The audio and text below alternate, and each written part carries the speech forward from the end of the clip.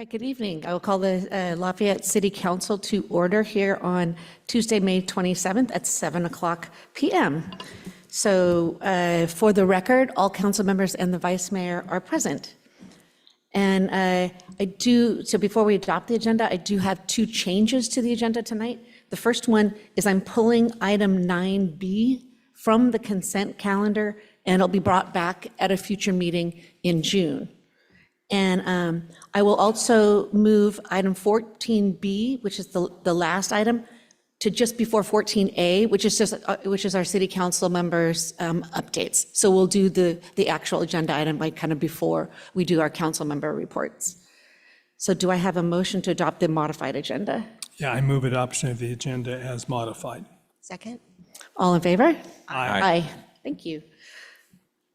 Okay, so for the Pledge of Allegiance, we have some of our youth commissioners here in the audience, and they will lead us on the Pledge of Allegiance.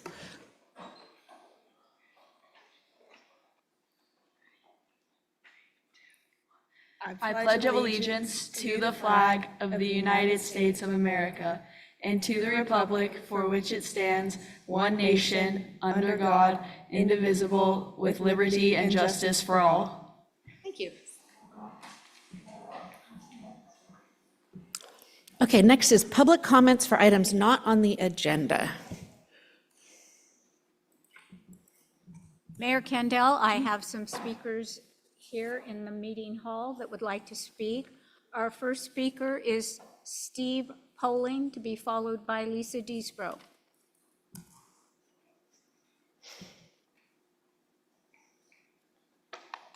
Good evening. On behalf of the Lafayette DEIB Committee, I'm pleased to share this update. I spoke to you several months ago. Since I last spoke to you, growing numbers of people in our community are rising to this historically political challenging moment by speaking up and organizing around our shared values of diversity, equity, inclusion, and belonging. Our guiding stars for engaging the community are connection, communication, and creativity. Recently, the committee has joined and connected with these local organizations that I just wanted to give a shout out to: the Lafayette Library Foundation, PFLAG La Marinda Muslim Community, the San Ramon Valley Diversity Coalition, and St. Anselm's Episcopal Church. I've also recently met with educational leaders from AUHSD and Lafayette School District, as well as Aucklandese High School.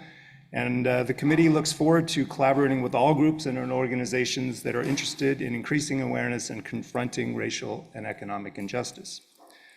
Last Friday, May 23rd, the committee hosted a screening of the film A Song in Movement at the Town Hall Theater. The film was followed by a conversation with the feature of the film, legendary dancer, singer, and community activist Nobuko Miyamoto. Her husband, storyteller, director Tarabu Kirkland, was also there.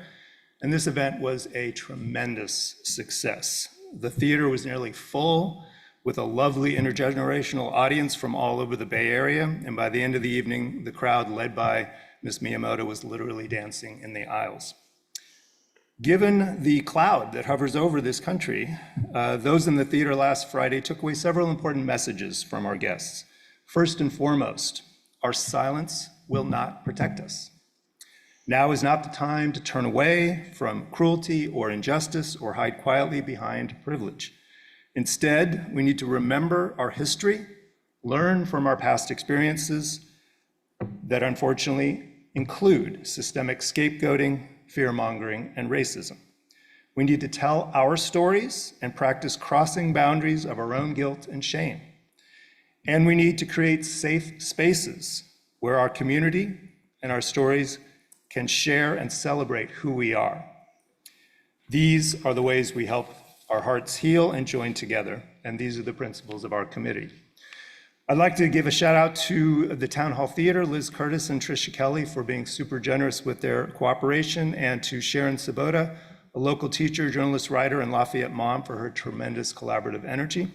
And to wrap up, I just wanted to share two upcoming events that we're very excited to be participating and supporting. On Saturday afternoon, June 14th, St. Anselm's Episcopal Church will be hosting a queer faith festival. The afternoon will feature art, storytelling, a panel discussion, food, fun, and games for all ages. The event is free and open to everyone, and it is not just a one-day celebration. It's the beginning of an ongoing effort to build more compassion and a connected community. The other event is in Pleasant Hill. Their Diversity Commission is hosting a Juneteenth celebration that we will also be attending. So thank you very much. No, thank you. Any questions for the speaker? No, thank you. Lisa Deesbro?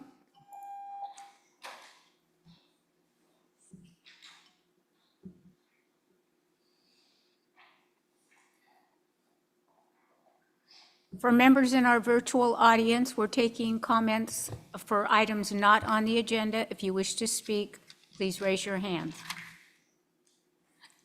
Ready? Go? Go ahead, please. Okay. Thank you. Good evening.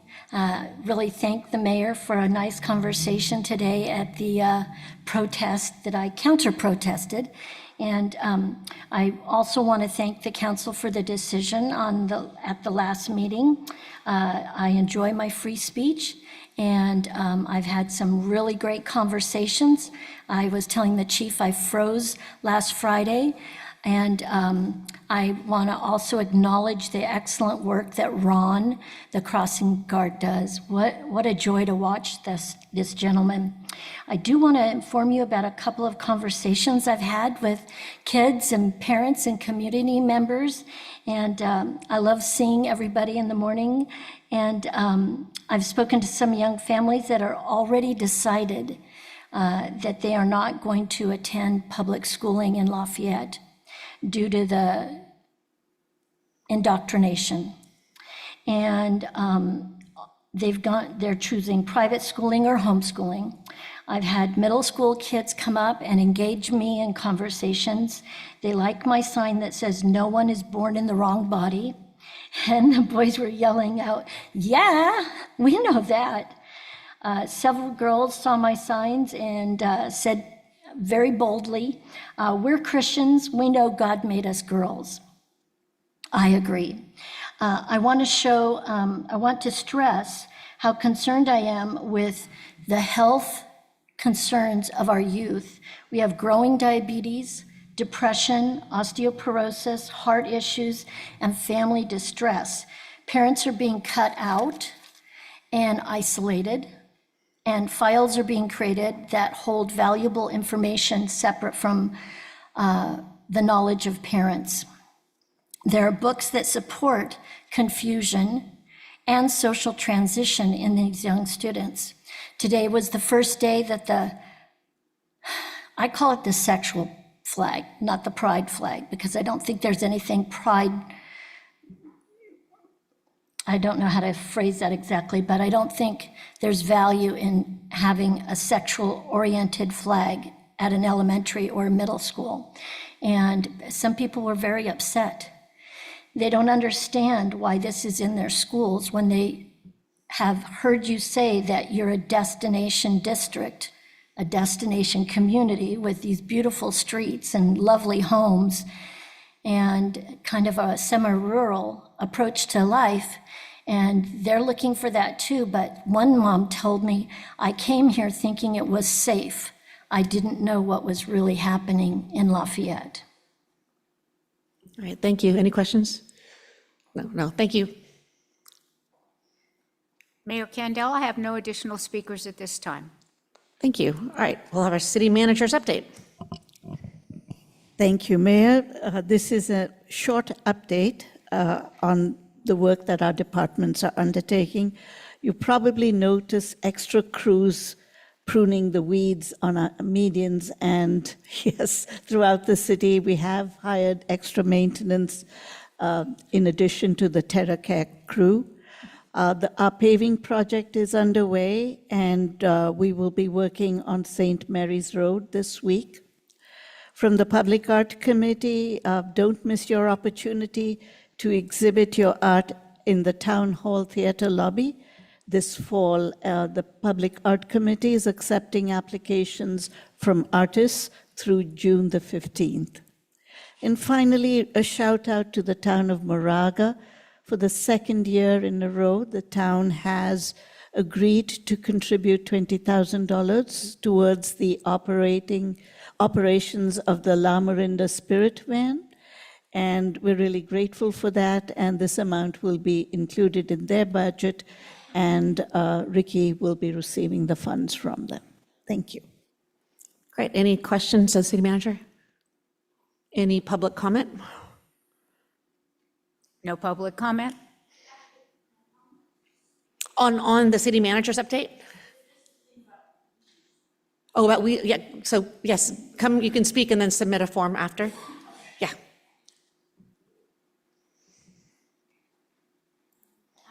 Hi, my name is Nicola Plowman, and I didn't think I had a comment that was related, but then you mentioned the weeds. I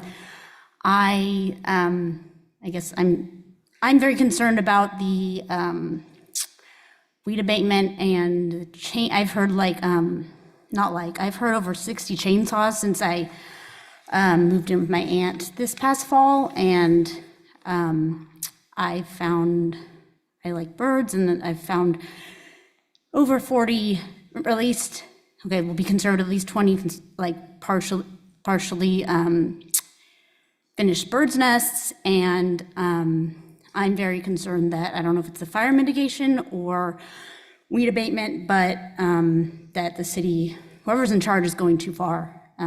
It's to the point that, I don't know, I've now been here 6 months, so I see that something's off. And I guess I want to know, I just want to comment about the wildlife, because I see too much destruction. Okay, thank you. No, thank you very much. Do I press this after? And so there's a Public Works, should she submit a comment, probably to Public Works? Okay, and there's a site on our website for Public Works, and you can submit comments on that. And so we can get that to you if you can't find it. All right, we will go to presentations. And we have Tracy Robinson. Thank you. I want to welcome Dana Poplin to the Lafayette staff. Dana, she started last Monday as our brand new first ever HR analyst. Very excited to have her on board. And Dana will be responsible for recruiting, onboarding, benefits administration, as well as planning fun and engaging activities and trainings for us. Dana is a proud Bay Area native. She started her HR journey in the nonprofit sector. And now she is shifting her focus from serving the community to supporting the incredible people who do the work of supporting the community. She is an SHRM certified professional with an emphasis in learning and development and people operations. She also has a degree in sociology. And she says her HR passion comes alive when creating meaningful experiences across the employee life cycle. Outside of HR, she's a musician, a creative writer, and a former athlete turned sports enthusiast. Go Valkyries. Go. So we're very happy to have Dana on board. Great. Do you want to say anything, if you feel comfortable in saying anything? Yeah, sure.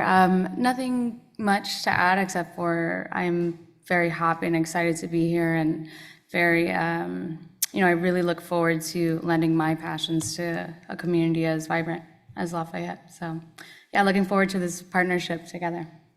Thank you. We are very happy that you're here. I mean, Tracy's no doubt extremely happy that you're here and helping out. And our staff is amazing. So That's awesome. thank you. Yeah, thank you. Welcome.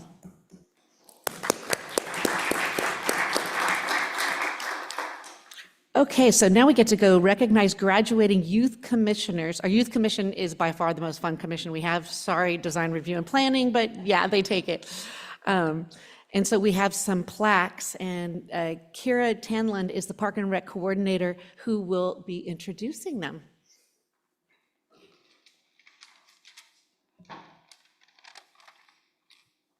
All right.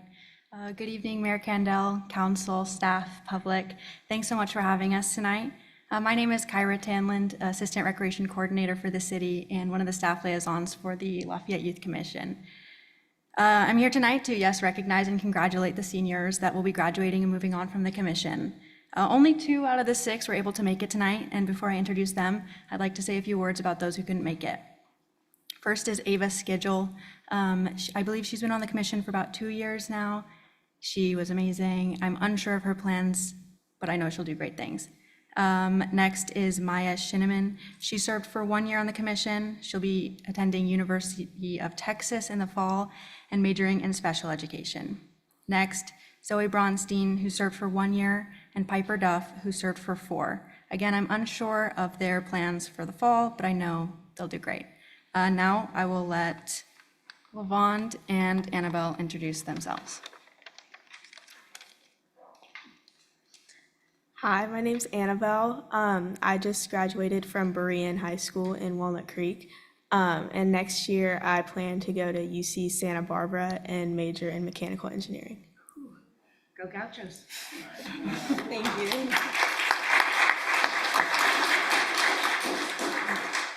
Hi, my name is Lavonde Koopa. I'm a senior that's graduating from Ocalawanis High School right here in Lafayette. I've been on the Youth Commission for 1 year, and I will be attending UC Berkeley in the fall with an undecided major as of right now. Go Bears! Go Bears! Thank you.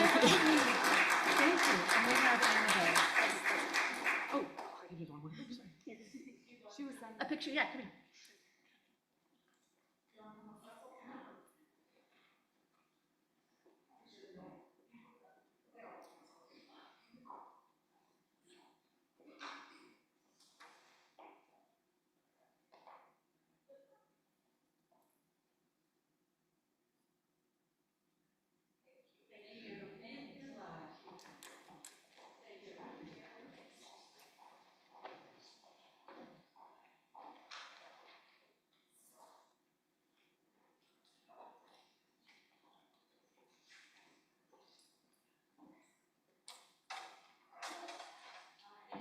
Sorry. Next, we have our annual update and work plans for the design review and planning commissions.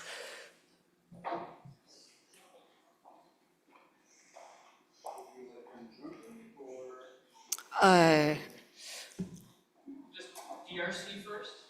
Okay, DRC first. Mayor Kendall, we didn't take public comments on the youth commissioners, and I have a hand raised. Oh, you do? Oh, my God, you guys, I'm so sorry. That's all right. It may not be for this item, but I'll Okay. ask. Sure. Rob Lavoy, are you speaking on the graduating youth commissioners? Yes, Okay, great, thank you. You have 3 minutes. great. Oh, I won't need 3 minutes, but I just wanted to say congratulations to Annabelle. I don't know the other girls on the commission, but I believe she's a National Merit Scholar, Oh, as well as a whole bunch of other accomplishments. wow, thank you. Thank you.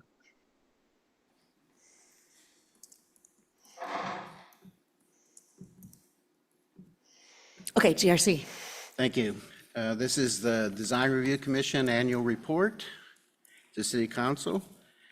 Overview is we're going to discuss the role of the commission, commission members, guiding policies and documents, meeting statistics, looking back at what we've done, and looking forward at what we should be doing. The Design Review Commission advises the Planning Commission and City Council on matters related to aesthetics and the physical appearance of the City of Lafayette. We hear and decide applications for design review and hillside development permits in a quasi-judicial capacity. We serve as a referral body to the Planning Commission on land use permits, subdivisions, density bonus projects, and policy developments, for example, objective standards. I am the chair. Richard next to me is the vice chair. And Travis is here tonight. 2 other members were unavailable this evening. Guiding policy and documents, we work on the Lafayette General Plan, Downtown Specific Plan, Downtown Objective Design Standards, Phase 1, Municipal Code findings for design review, residential design review guidelines, and the Downtown Street Improvement Master Plan. We had 14 meetings in the last year. We had 11 hours in session. I run it fast. Okay. 59 items of business, 23 public hearings, 0 study sessions. I don't think that's right. We just had 2. 36 other business. To clarify, this was for 2024. Oh, okay, sorry. Number of meetings, it's holding lower than normal. The number of items considered is also lower than the average over the last couple of years. And the number of new applications considered is also down somewhat. We approved 2 sign permits, one at US Bank and one for Little Cloud in the parking lot near Tutus. We approved 2 projects involving commercial building improvements. We approved 3 projects involving residential additions, approved 2 projects involving grading and landside repairs.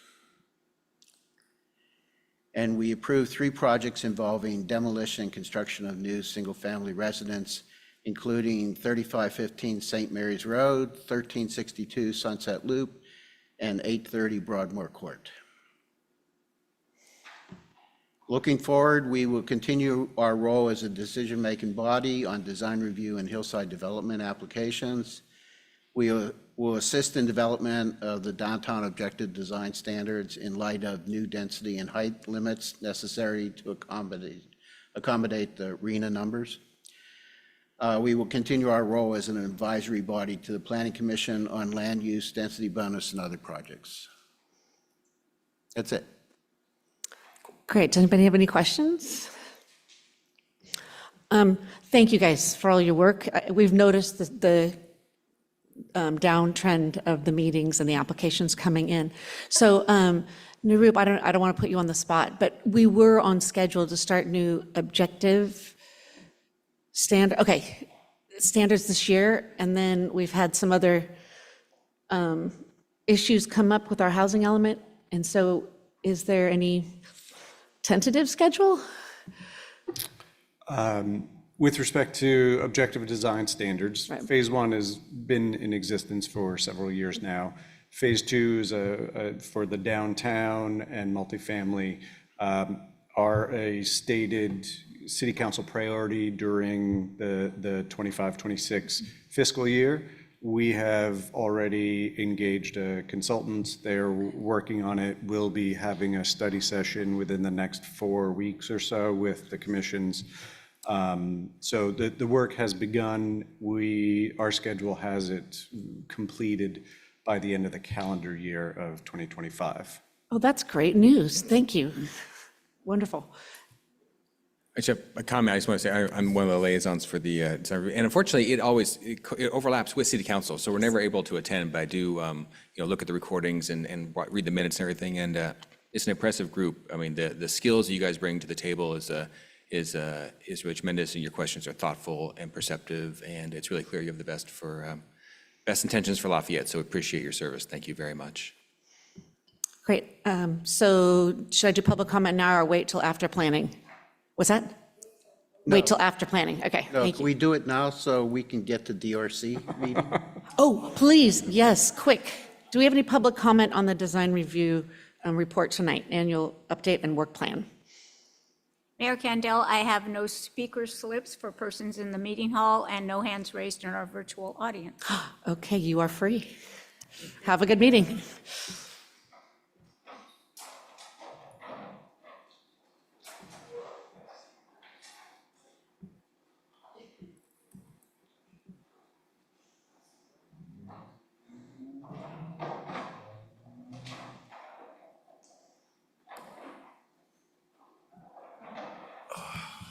So Greg Wolf, Planning and Building Director, I've been asked to convey regrets to the commissioners that were not able to be present this evening. Some are traveling abroad.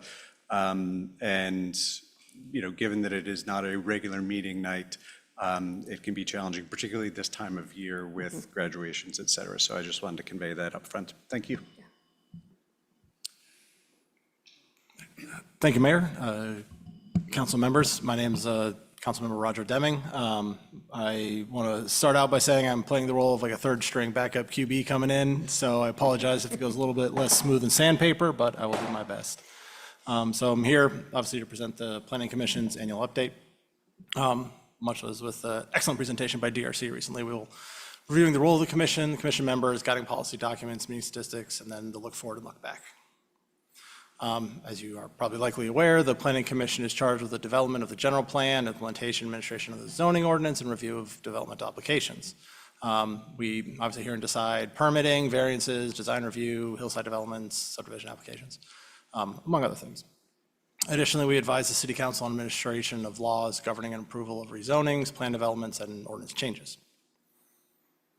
We have some of our illustrious council members here in the stadium tonight, but as noted, several were unable to make it. So for the guiding policies and documents for our Planning Commission is the Lafayette General Plan, the Downtown Specific Plan, the Downtown Objective Standards, which is noted in Phase 1 and obviously a high priority for us to complete within the fiscal year, as well as municipal code findings and potential, residential design review guidelines. We have the meeting statistics here with 25 scheduled, only 11 held, 14 canceled, 14 hours in session. We are not the most efficient. We like our sessions slow, unlike DRC, with 38 total items of business and 16 public hearings with 22 other business. We would like to note that in our opinion at least, that the number of meetings held was more related to sort of outside general market factors as opposed to availability of committee members. So as you can see, similar, we have seen a downturn in both the number of meetings held as well as items considered and applications received. Would like to note that a bit of a preview for this presentation next year is that we've seen a sizable uptick, at least in multifamily residential for 2025, especially at large units, as I'm sure you're aware. So we're expecting to see some differences in the coming year. Looking back through the prior year, we had reviewed and recommendation adoption to the City Council of the newest cycle of the housing element, the tree ordinance update, the Park Theater Trust renovation and reuse, the ADU ordinance update, the what I understand to be the Lafayette Family Market, as well as a lot split and 2 new homes on Phillips Road. So going through, as mentioned, the large multifamily residential seeming, even if they're one application, they come with quite a bit of new capacity. So approval of a 51-unit housing project on 101 Oak Hill Road, and currently going through the process for an expanded project based on the initial filing and now going for a bit larger for 90 units at the same site. So looking forward, we're continuing to hear discretionary applications for land use permit, variance, design review, permitting subdivision, as well as reviewing and recommending the objective design standards as noted. We're reviewing recommendation of implementation programs to maintain certification of the housing element, as well as initiating an update to the various corridor plans. And any questions? Great. Does anybody have any questions? Sure. Thank you, Mayor Kendall. Maybe a couple. So just one SB9 project? Is that, or is there maybe some context might be helpful because I know that got a lot of attention earlier. Surely. Actually, the SB9 applications are ministerial by design of the statute. The houses that the Planning Commission did see were ridgeline homes, which were the resultant homes on an SB9 lot split. So the lot split was ministerial. The homes, because they did not fully comply with the objective standards that the council outlined in the SB9's local statute, thus chose to go through the hillside development permit process, which then brought it to the Planning Commission. Okay. So on SB9, I think we've gotten roughly 20 to 25 applications in the last year. We can give you more information on that, but those are ministerial. Right. Thanks. That actually might be helpful. And then this trend line of dropping of the number of applications, is that any sense of that? Is that reflective of the market, cost for labor, construction, just maybe some intel on that just might be kind of helpful if you can offer that. Or just a little brief by way of my sort of other profession, that it's just a general market for large trend with investors and investment into real estate, especially, single family housing, not exactly available or popular right now. But like I said, with the multifamily units going in, you're seeing a low number, let's say a low number of applications, but a per, capacity measurement would be, I think, a little more accurate for what's coming. but as well as. Yeah, I think what we've heard from builders and real estate professionals is that it is largely a function of the economic conditions out there, that there is a desire and a need to build housing, but it is expensive to build housing. And so I think it is safe to say the city has done its part with adopting the six-cycle housing element. We have streamlined reviews. They are limited in time and number of meetings and scope. And so we have seen an uptick in some preliminary applications under SB 330. And so if those continue forward, you will be seeing more applications for multifamily in the downtown. We also noticed an uptick in 2019, 2020, but then it kind of cooled because of interest rates and it just not penciling, not being financially feasible to undertake a project. So I think the developers that have submitted anew recently in the last 6 months or so are trying to anticipate changes in the economic environment, which would, if they get entitled in 2025, would allow them to move forward with the project thereafter if conditions change. Great. Any other questions? Vice Mayor? This is for Planning Director Wolf. And you don't have to answer this tonight if there's something coming up at a future meeting, but how are we doing in terms of staffing the planning department to support the planning commission and the things that are coming along in the next year? Good, not great. I think bringing it back would be helpful potentially with the council's consideration of the work plans for all the departments which are coming forward. So I'm happy to give you more information about it at that time. I just have one about the objective standards. How do you guys have a vision? So it's a DRC and Planning Commission? It'll be like a small, like 2 from each, or is that, I remember last time we had some outside people or something too, or maybe it wasn't outside, but it was the consultant that was there for the objective standards one. Yes, so we had not scoped or envisioned having a separate ad hoc committee or standing committee to serve on that, but to solicit initial guidance on the objective standards from the commissions and potentially even council as a 3-way joint session. And then, I think we could, if that is the direction from the council, we can rescope and put together a committee. It would affect the cost and timeline. No, I was just asking what you guys were envisioning. And then also, are we getting help from our housing consultant that came in at the end and got us over the finish line on our housing element? Because they had a lot of really interesting ideas, because they've been helping other cities get their objective standards changed. We will engage Veronica Tam and Associates. Thank you, that was the name. On the objective standards. Great, thank you. You're welcome. One question. I know last council meeting, we found out we got an award for some money to do some ADU plans. Is that, which is kind of exciting, I guess pre-built plans. Is that going to go through Planning Commission? Is that the way we're going to see those, or how do you envision that happening? We've not fleshed out that program yet. Our focus, so what you raise is almost $100,000 from Senator Glazer's office and the state budget geared towards accelerating the construction of ADUs in the short term, ADUs being accessory dwelling units. And so there are 2 prongs to that money. Roughly half is targeted for just essentially cash subsidies to build units in the next 12 to 18 months.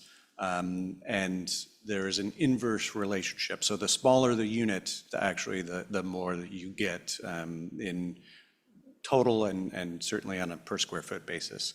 And that has not been, other communities have begun this and will structure ours similarly, but It is not finalized at this time, but the application is being developed essentially this week, next week. We plan to roll it out within 2 to 4 weeks. The second prong is earmarked for production and preparation of ADU plans, which are permit ready, essentially. So they're any member of the public, residents, property owners of the city could find those on our website and choose to use those and would not need to go through any additional vetting or processing because they've been pre-vetted. So your question was, would those plans be presented and vetted through the Planning Commission? I believe that they will be, but we haven't fleshed out that prong of the program yet. Well, that's an exciting program, so. Yeah, certainly the DRC, and we can make it include the Planning Commission as well and council. Thank you. Any other questions? No. All right, take public comment. Shout out to the former senator for making that. Oh, yes, thank you, Senator. Go, Senator Glazer. Mayor Kandel, I have no speakers in the meeting hall, and I have no hands raised in our virtual audience. Great. Well, thank you. You guys are, right hand over here helping us get through our business, so appreciate it very much, everything you guys do.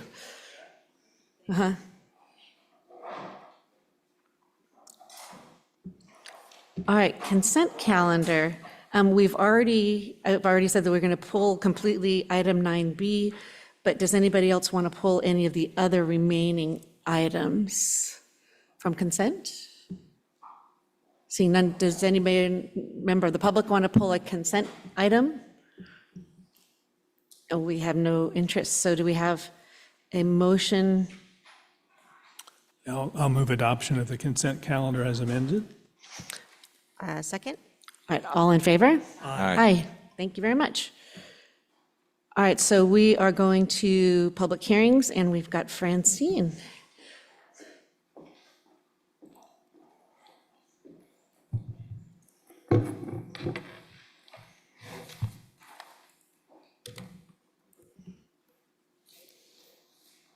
Good afternoon, Mayor and members of the council. The item before you is a public hearing and a resolution to approve the fiscal year 25-26 property tax assessments for both our core area landscape and lighting district and a residential lighting district. The city formed these districts back in 1979 to provide funds to help pay for maintenance and servicing of your lighting, landscaping, sidewalks, graffiti removal, and other similar expenses in the core area. And then in the residential area, it pays for lighting. The properties in the assessed areas receive the direct benefit of the districts. So they are the only properties that are assessed the fees on their property tax bills. The districts have not increased their assessed amounts since 1996. So even though we are not proposing any increases or changes at this time, the annual process requires us to come to council for approval every year before the assessments can be collected. So that concludes my brief presentations. I'm available if you have any questions. Great, thank you. Does anybody have any questions? Thank you, Mayor Kandel. So I'm somewhat familiar with landscape and lighting districts, but it might be, since I'm the rookie here, it would be helpful for me to understand on the budget item chart, there's a breakout for revenue adjustments, in particular revenue from property tax and general fund contribution. I understand we are frozen because of Prop 218. It's just too much to go through to adjust the levy, I suppose. So I'm inferring that we're subsidizing this by putting funds in. I thought it'd be helpful just to walk through that, perhaps, maybe with the first district, perhaps. Tracy works with me on this budget, and for that type of finance-related question, I'll defer to her.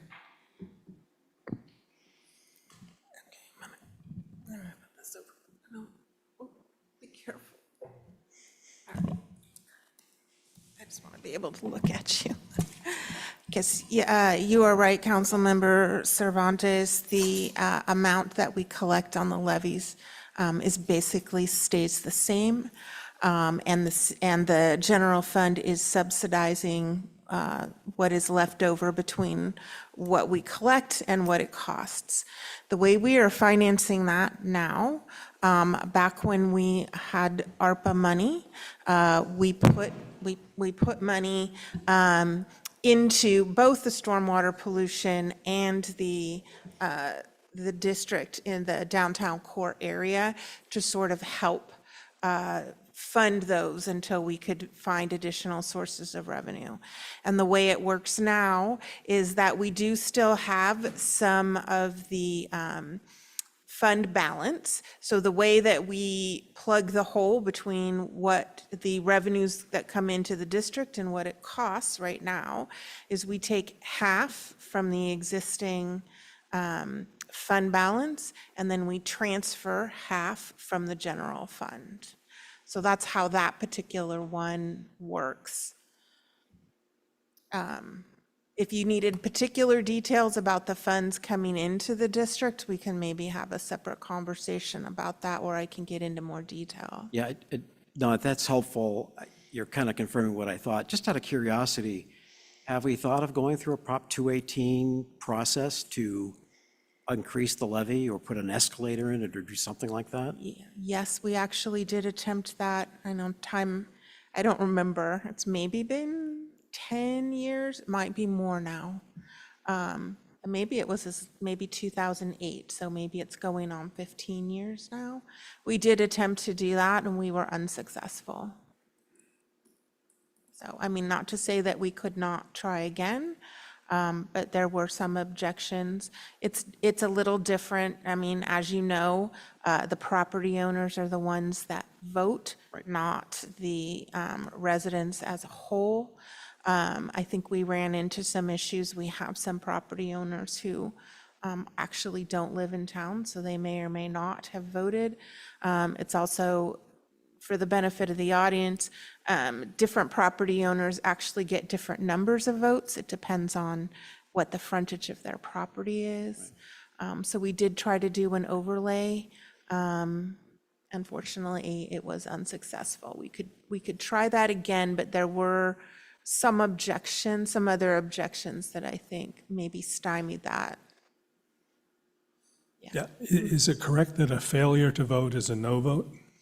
That's correct. Yeah. Okay.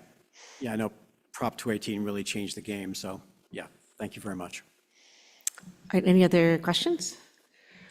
So should we go just directly on to the next item, or do you want us to take a separate public comment and everything on this one? I think you've done them together in the past, as I think long so, as too. you, Yes, as I long have. as you open the public hearing both. for both and allow public comment for both. I'm okay. Let's try that. So go ahead on the residential lighting. So the same basic information applies for the residential lighting district. The district was formed in 1979. The assessments are for lighting only versus the core area where it's for graffiti removal, et cetera. Again, the amounts have not been increased since 1996, and it is part of just the required approval process for us to come to council for approval. All right, any questions? Go ahead.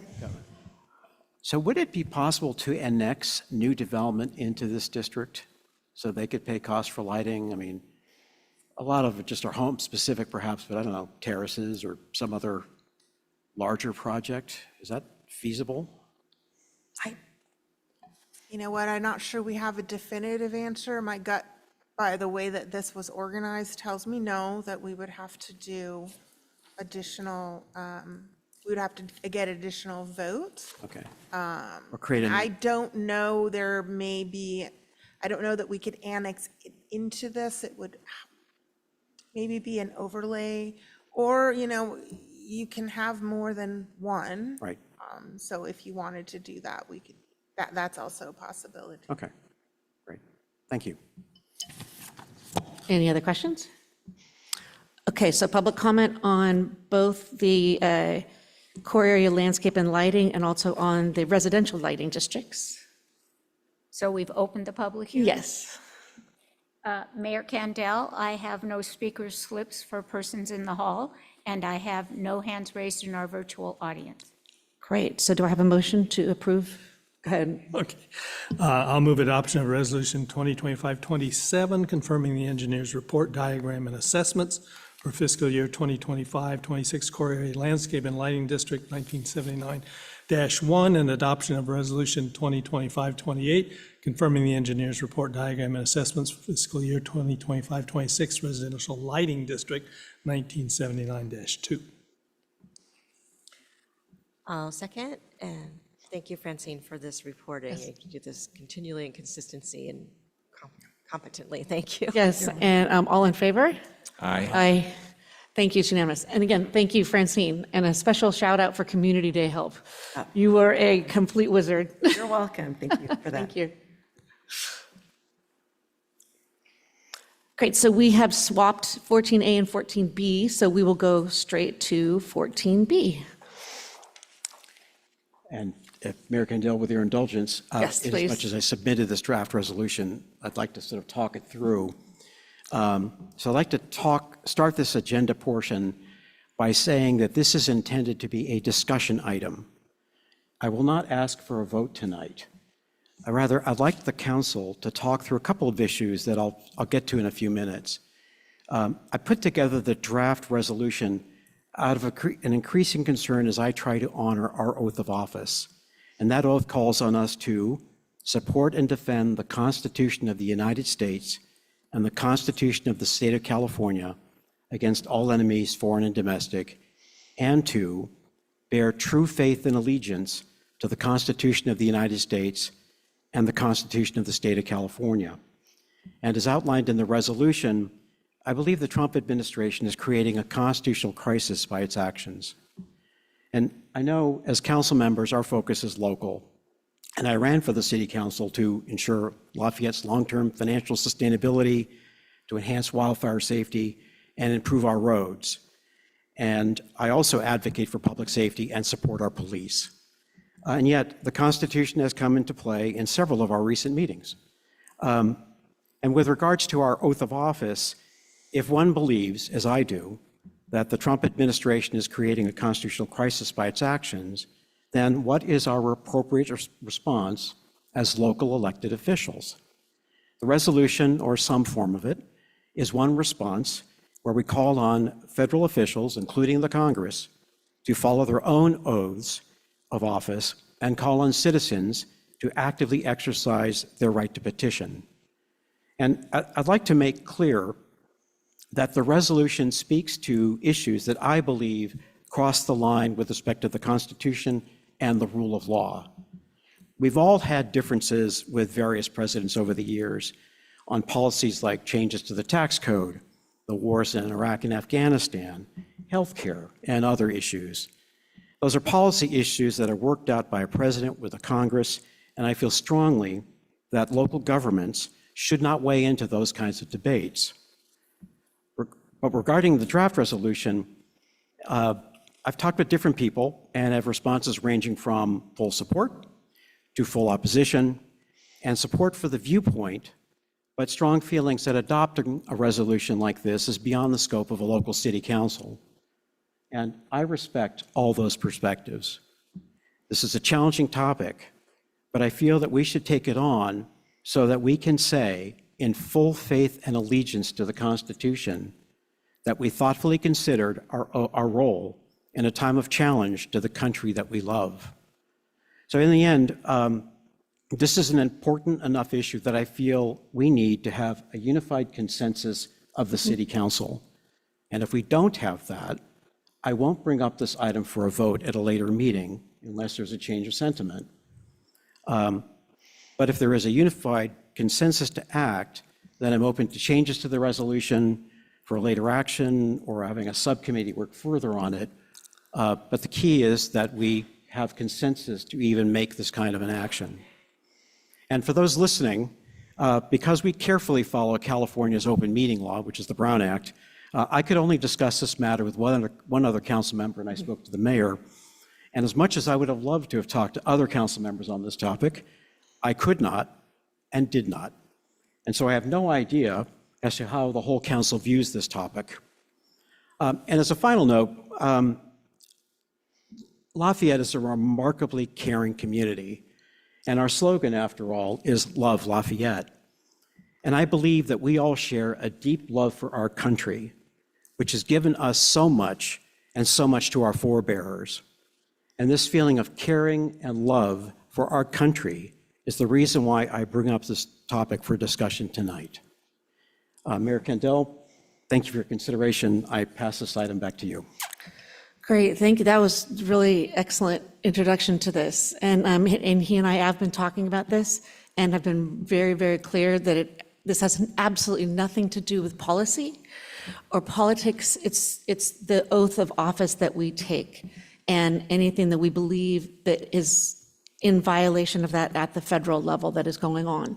And if we stick to that, we can consider it, and we'll find out what our fellow council members and our public think here tonight. But no, we won't be taking a vote on this tonight, and it will come back if that is the will of the council, and I fully support that. And if we ever do take action on this, we will make sure that it's unanimous. We want to make, it's a big enough topic that we will make sure that this is unanimous.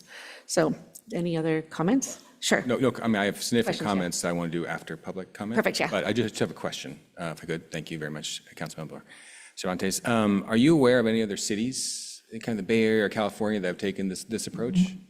I'm only aware of one other city, it was Palo Alto, that considered something like this, but they did not act. Right. That was I did my own research, but I just wanted to know if you had kind of had a model that you were looking Yeah, no, I have to say this is sort of a handcrafted resolution. But I didn't see what Palo Alto did. I know they had some discussions, but in the end, they couldn't get to a consensus, did not act. And that's the only other city that I'm aware of. Okay, great, thank you. As I say, I have plenty of comments, but we'll wait till after public comment. Yeah, follow-up question for Councilmember Cervantes. You mentioned in your introductory remarks that you wanted to discuss several issues tonight. Can you identify the issues or break it down, or would you, I take it you're not saying let's discuss the resolution generally, but there were policy issues or issues that you thought we should address? So I would say that the key issue initially is is the council comfortable with taking an action like this? In other words, speaking out on a topic relating to national issues. In this case, I define that as being, and the language in the resolution speaks to this, but the concern that the Trump administration has created a constitutional crisis, and I outlined some of the aspects that I considered in that. But there's a threshold question, which is that something we do? There are other national topics I would not support any kind of a council action on, as I mentioned. So that's sort of like number one. And depending on the answer to that question, we may or may not get to number two, which is, okay, if there is a consensus of the council to act, then I'm perfectly open to thoughts, observations, amendments to the resolution. I really have no pride of authorship in that. There may be items to add or delete, but that to me would be after we decide if we indeed want to pursue this. So we could have a shorter conversation conceivably, but those are the two key aspects. I suppose a variant on the second one is that if it's too much in the weeds, then maybe it'd be appropriate to have like a subcommittee sort of do the wordsmithing to sort of get it right after taking into account observations by the council. But all that sort of follows the first one, which is this our game to play, so to speak? Wonderful, thank you. All right, any other questions? All right, so we will go to public comment. Okay, our city council is taking public comments on item 14B. We will take speakers in the community hall first, and then we will go to speakers in our virtual audience. Please raise your virtual hand now if you intend to speak on this item. And we will start with members in the community hall. Lisa Deesbro to be followed by Sarah Lind.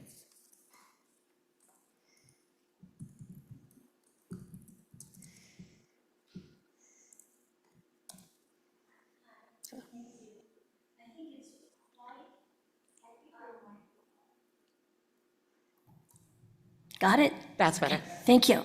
So I think it's quite interesting that when I'm protesting the treatment and indoctrination of our children, we couldn't talk about that. We couldn't talk about the health concerns. We couldn't talk about the thoughts, the ideas being transmitted to children 4 to 12 years old.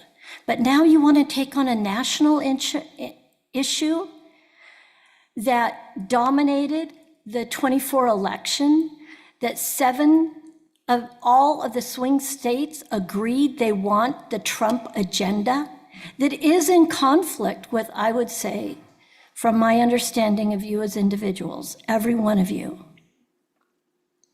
I think you're diehard Democrats, broken and frustrated that Trump is doing what he promised to do. And as evidence, the mayor spoke out at the DeSagne Town Hall and has been protesting and defending an illegal MS-13 who did have due process as an illegal and is now in his home country. We wanted the border closed. We've been begging for the border to be closed. Clinton had a huge number of deportations, as did Bush, and Obama had more that he encouraged to just self-deport. Great. Those people cost the benefits to be going to them, and that's one of the issues that the Congress is working on right now, is should illegals be eligible for certain services. I want to say to you, Mayor Kandel, you kind of misrepresented your exposure with the First Amendment in the previous meeting. We've been dealing with First Amendment since 2020 when we first jumped on the overpass for Trump. We were harassed by Antifa, BLM, and you. We had testimony from Caltrans, CHP, and former police chief Ben Aldrich. They all testified in public. Then you were dissatisfied with their testimony that they didn't interrupt ongoing rallies, and so you went and passed a resolution up to Sacramento that came back with the same information.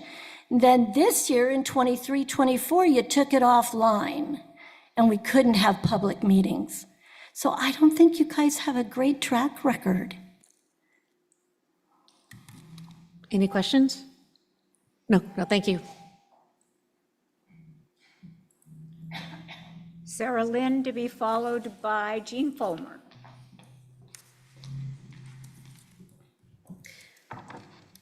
Good evening, Mayor Kandel and council members.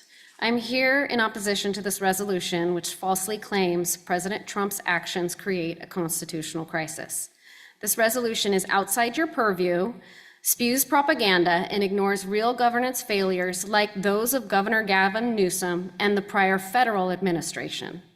Cervantes's resolution accuses President Trump of overreach with executive orders and a supposed Qatar gift, which actually was an arrangement that preceded Trump's return to the White House. These unsubstantiated claims fuel division rather than facts. Using your position to grandstand personal opinion is not your role as a representative of a body as a whole. You should focus on Lafayette's roads, safety, and services. But considering your efforts, it's worth asking, where was this council's outrage during the last administration? Where were you when President Biden's cognitive decline was evident, undermining public trust? Where were you during the mass influx of illegal immigration, overwhelming border resources? Where were you when inflation skyrocketed with prices up 20% from 21 to 23, hitting Lafayette families and used to justify a measure to increase the sales tax? Where were you when COVID vaccine mandates of an experimental injection stripped bodily autonomy despite questionable efficacy? Where were you when studies like those in 21 showed masks were ineffective? Where were you when media covered these issues, pushing lies about COVID and more? Where were you during the October 7th, 2023 massacres in Israel, killing 1,200 innocent people, or when cities were burned to the ground during 2020 riots with $2 billion in damages? You are happily being spoon-fed mainstream media's processed food version of reality like an innocent little Gerber baby. Adding insult to injury are Newsom's failures impacting us directly. A $68 billion budget deficit in 2024, $300 billion in unfunded pensions, a $100 billion high-speed rail with no tracks, $24 billion in unaccounted homeless spending, $12 billion to fund illegal immigrant health care, a drug crisis with 66% more overdose deaths since 2019, an insurance crisis driving up premiums, no new water storage despite voters passing a ballot initiative to pay for it, $5.29 per gallon gas, the nation's highest. And how about the lack of funding for Prop 36, where 70% of California voters voted to make crime illegal again? These betray his oath to serve Californians, yet this council ignores them to attack Trump. This resolution is partisan overreach. Your Trump derangement syndrome has clouded your vision. I kindly remind you that your job is local governance, not national finger-pointing under the guise of constitutional duties. Reject this resolution and address state failures affecting Lafayette.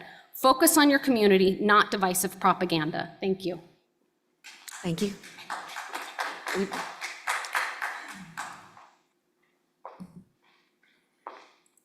Jean Fulmer, followed by Jennifer Paul. Good evening. I'm Jean Fulmer, and I'm glad you're all here to uphold your oaths of office to this nonpartisan position of the Lafayette City Council. As elected representatives, you're charged with ensuring the critical nonpartisan issues within your purview, including, for all citizens regardless of their political party. They include maintaining a balanced budget, safety of citizens, and infrastructure needs, as you mentioned, Councilmember Cervantes. This resolution is clearly political in nature, and it falls well outside the scope of your duties. What will be your standard going forward? I do need my glasses. What will be your standard going forward? What will you deem to be a threat to our Constitution going forward? Will it be the next COVID pandemic, when people will be forced to stay home to stay safe, wear useless masks, and accept experimental vaccines to eat indoors with the clean people during winter? Many Lafayette residents were similarly sickened by the actions of the Biden administration, but we didn't ask our local elected officials to use staff time to help draft and place a performative agenda item. Instead, we worked hard to remove the party in charge, and we did so successfully. President Trump won the Electoral College and the popular vote. I ask you to please remember that you are a member of an elected nonpartisan body. During my 8 years on the Lafayette School Board, I conducted myself in a nonpartisan fashion, and I was not engaged with any political party. I actually think that's appropriate.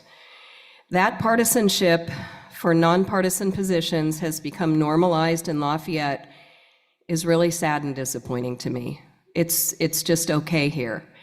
We don't have to pretend that we're nonpartisan in a nonpartisan position, and I think it's wrong. And I hope you each take a little bit of time, maybe tonight, tomorrow, the next day, days after, to reconsider being so involved with your party during your time as a nonpartisan elected representative of all of us. Councilmember Cervantes, I really appreciate everything you have done for safety in this community, and I look forward to working with you on Firewise. It was nice to meet you in the recent meeting, and I respectfully ask you to please pull this item. We had a similar item come before the council a few years ago, and it was also something that was against President Trump 45 at the time, and that council member did end up pulling it, and it was appreciated, and it was an appropriate thing to do. Thank you. Any questions for the speaker? All right, no questions. Thank you. Jennifer Paul, followed by Philip Lee. Hi, good evening. I'm here tonight to very strongly oppose this resolution. As a nonpartisan body, the City Council's role is to address local issues like infrastructure, public safety, and community services, not to weigh in on national politics or declare a, quote, constitutional crisis. This resolution oversteps your authority, and risks dividing our community by taking a partisan stance on federal matters that are outside your purview. Your oath to defend the Constitution does not grant your jurisdiction over the president's actions or federal policy. The resolution's claims about executive orders and investigations are speculative, and they belong in a federal court or Congress, but not in this city council chamber. By adopting this, you'd be engaging in, my opinion, political theater, not governance. You'll be alienating residents with differing views and undermining the nonpartisan mandate that you should uphold. I urge you to please reject this resolution and focus on Lafayette's pressing needs, of which there are many, including, as others said, traffic and wildfire. Let's keep the local government local and preserve our community's unity. Thank you. Any questions for the speaker? All right, thank you. Philip Lee to be followed by John Helms.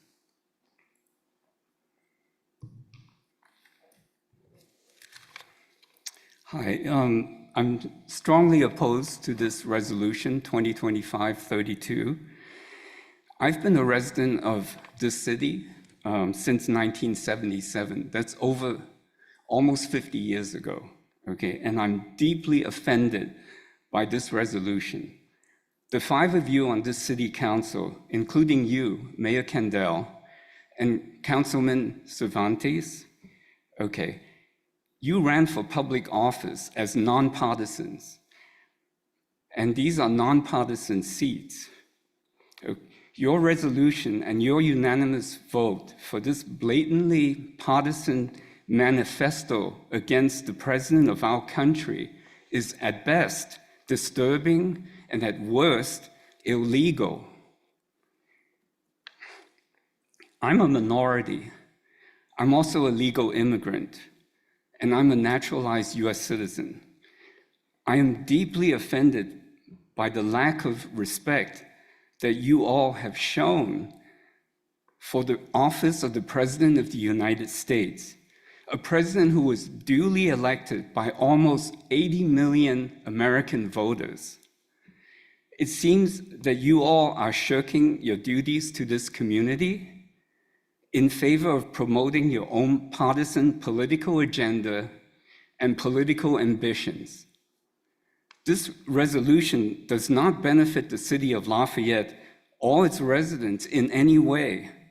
It appears more to be therapy to soothe your obvious Trump derangement syndrome. In fact, not only will this resolution not help Lafayette, it likely will harm Lafayette and its residents. If you are shown to be using city resources to fund partisan activities, you will be inviting lawsuits. You will also be violating the civil rights and free speech rights of those residents who don't agree with your one-sided partisan resolution. Your time and the city's resources would be much better spent on improving Lafayette citizens' lives by improving security, reducing crimes like burglaries, robberies, home invasions, shoplifting, by improving traffic in our city, by improving parks and community spaces. If you're not going to help residents, you should all consider resigning from your positions on the council or risk being recalled and worse yet, sued. Thank you. Thank you. Any questions of the speaker? All right, no questions. Thank you. John Helms to be followed by Gordon Lake. And Gordon Lake's speaker slips is the last one I have for persons in the community hall. If you want to speak, please fill out a yellow speaker slip. Thank you. Okay, hi, my name is John Helms. I'm a 32-year resident of Lafayette, and I voted for Donald Trump. I urge you to not go forward with this letter that you guys are going to write. It sounds very nice and fair, but I would say it's sort of high virtue signaling and squid ink, essentially, to cover up basically what the last administration did. The Biden administration was the most corrupt in my lifetime. USAID stole trillions of dollars from our government. okay, trillions. Just 76 billion alone disappeared between when Trump was elected and when he took office, just vaporized. There's 4,500 estimated pardons that were signed by AutoPen. Hopefully you won't be signing this with AutoPen, but hopefully you won't be signing it. But it was done by a president who had late-stage dementia and had stage 4 cancer. Okay, do you think he was in a position to make 4,500 pardons? I don't. We have non-transparent elections. Okay, no matter what you think, who won and who lost. You can't go back and recount the ballots. You're not allowed to do that. It's on the books, but you can't do it. We had several assassination attempts on the president, and if that sounds crazy, we learned a month ago that John F. Kennedy was shot twice in the front of the head. Okay, I don't know if you still believe in the single bullet theory, but my whole lifetime, that's my earliest memory was of John Kennedy being assassinated. No, he was shot twice in the front. Okay.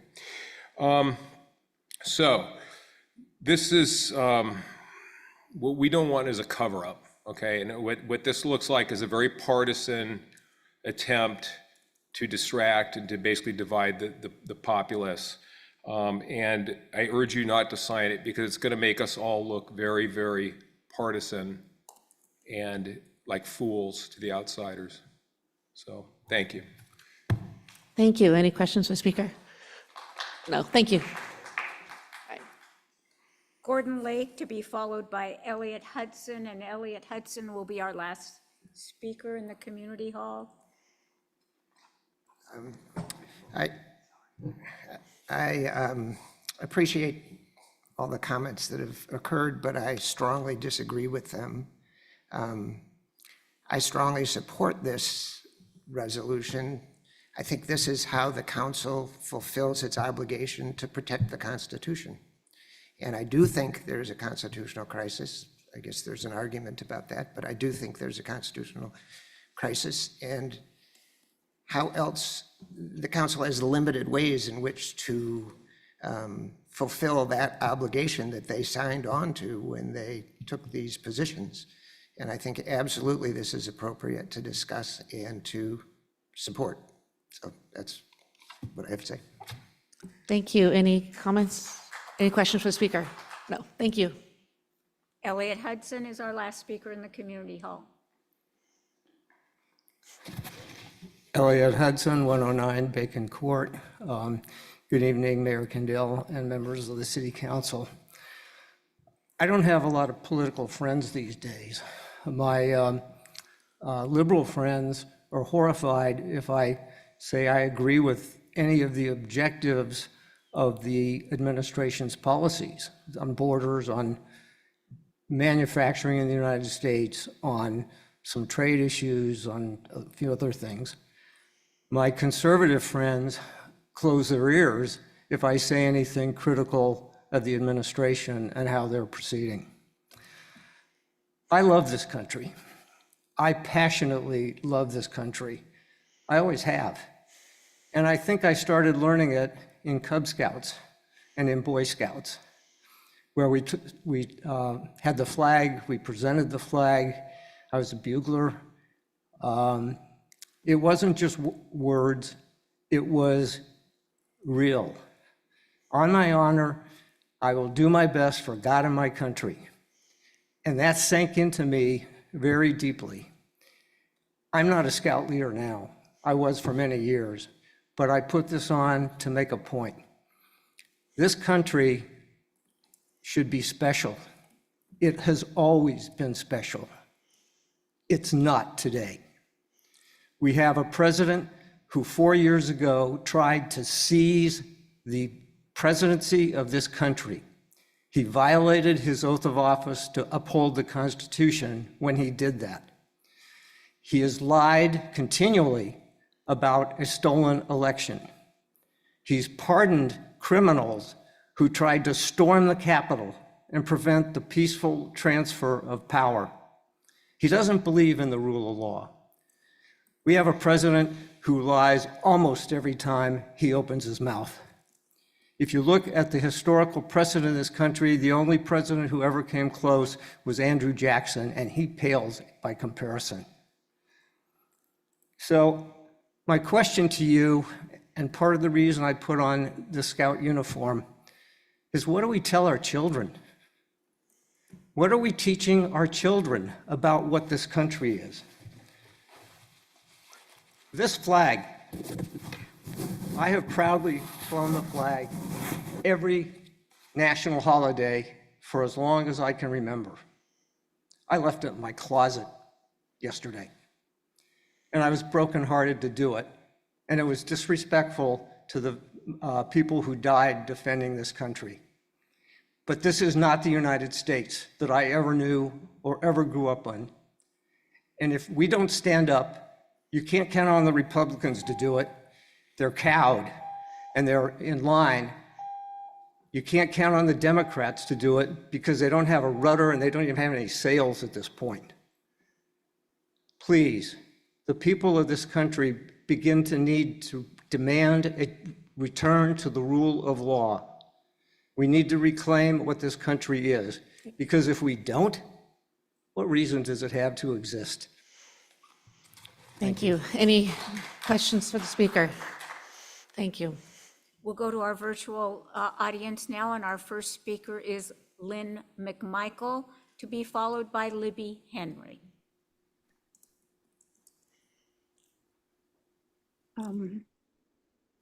Can you hear me? Yes, we can, Lynn. Okay, thank you. I mean, it's almost hard to believe that we're in this position. And I'm so grateful to Mr. Cervantes and to Mayor Candel for the courage to put this forward, because yes, you are the city council members of a city, but we're part of the greater United States, which needs housing, which needs rules about environment and climate change, which needs help for the incredible disparity between the rich and the poor that is gaining every day under this administration. And we need a vision that we can look up to and follow more than anything right now. So I just want to thank you for writing this resolution. I know that's not the right word for it. And for the courage that I wish we could look to Congress for. And we are seeing it in some of the courts, to save this marvelous, marvelous country we live in and to save our democracy, because we're on the line right now. And it can go even worse than it has now. So protecting the lives and the rights of all of us is what is very, very important. And that's what the Constitution's about. So I thank you for giving me the opportunity to say something. And again, I thank you so much, council members, for your taking this resolution up and sharing it with us. Because if we don't stand up, we can't expect anybody else to. Thank you very much. Thank you, Lynn. Any questions? All right, no questions. Thank you, Lynn. Libby Henry, to be followed by Christine Lee. Can you hear me? Yes. Okay.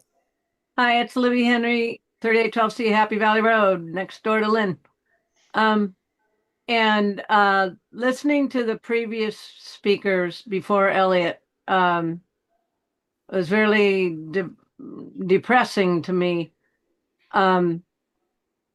It seems that, if it doesn't fit their agenda, make it up.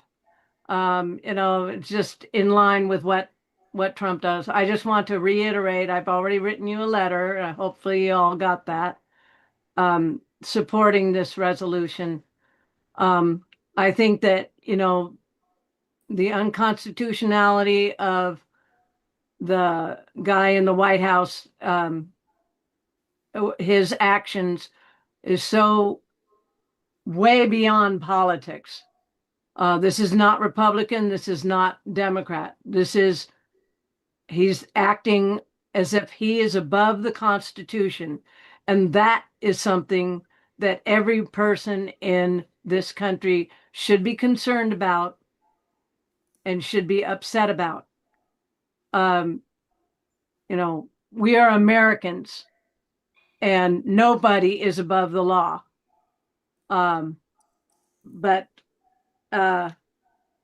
making a rhetoric that's all entirely made up doesn't cut it. So every single person that oppose this is making up facts that are not in evidence and should be disregarded. And I'm one of those that is out there every Tuesday because I am afraid for our country.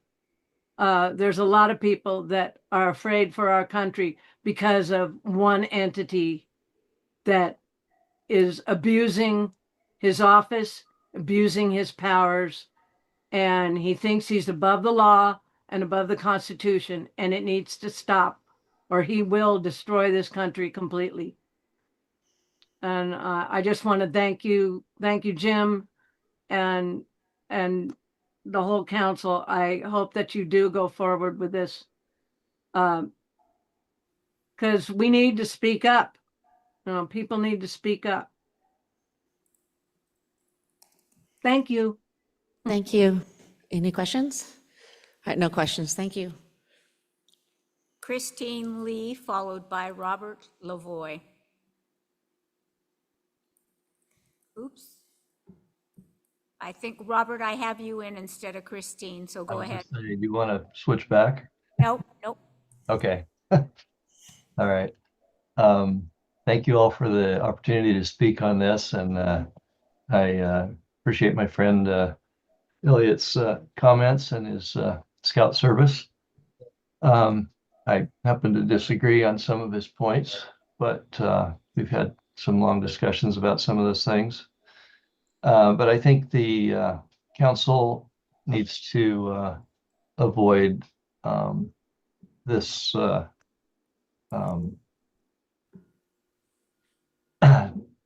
proclamation that's focused on national politics, national political issues that we have no control over and no influence. And I would say, you can see from the comments the polar opposites of people's views.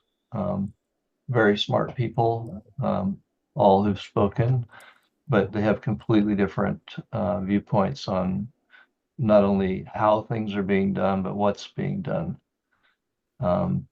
Trump's very unconventional. He's very controversial. But you can see that he's done things that the Biden administration said couldn't be done. In 3 months, he's closed the border. So I think people have to look at what he's doing and not make the assumptions on that he's violating the Constitution, because people of goodwill on both sides have different views on these things. I think it's more important for our city to focus on things like our Governor Newsom, who I think it was Sarah that pointed out all the problems that Newsom's had and all the failures in California and what he's trying to do to our beautiful city with these housing laws that he keeps signing by the Scott Wiener. We've got very limited infrastructure, and they're forcing us to overzone our areas, not provide adequate parking.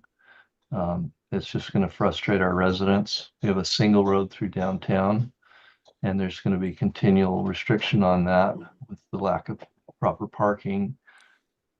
Mark Lonigan wrote a great letter, 3 pages long, and I didn't see it in the comments, but he explained how the city needs to stay nonpartisan and that the purview of these items are not relevant for the city council. I think we need to maintain our city and focus on the things that are important to us. Immigrants are granted unlimited services, schools, medicine, welfare, and that's part of the cause of our California budget. So we need to focus on improving our city. Even though we have very low crime here, shoplifting is so high that it's not reported. So I'm out of time, and thank you for your attention. Great, thank you. Any questions? No questions. Thank you, Rob. Christine Lee to be followed by David Bertie.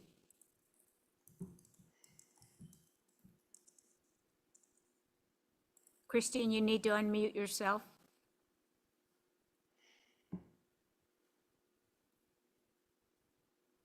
I can see that you're muted.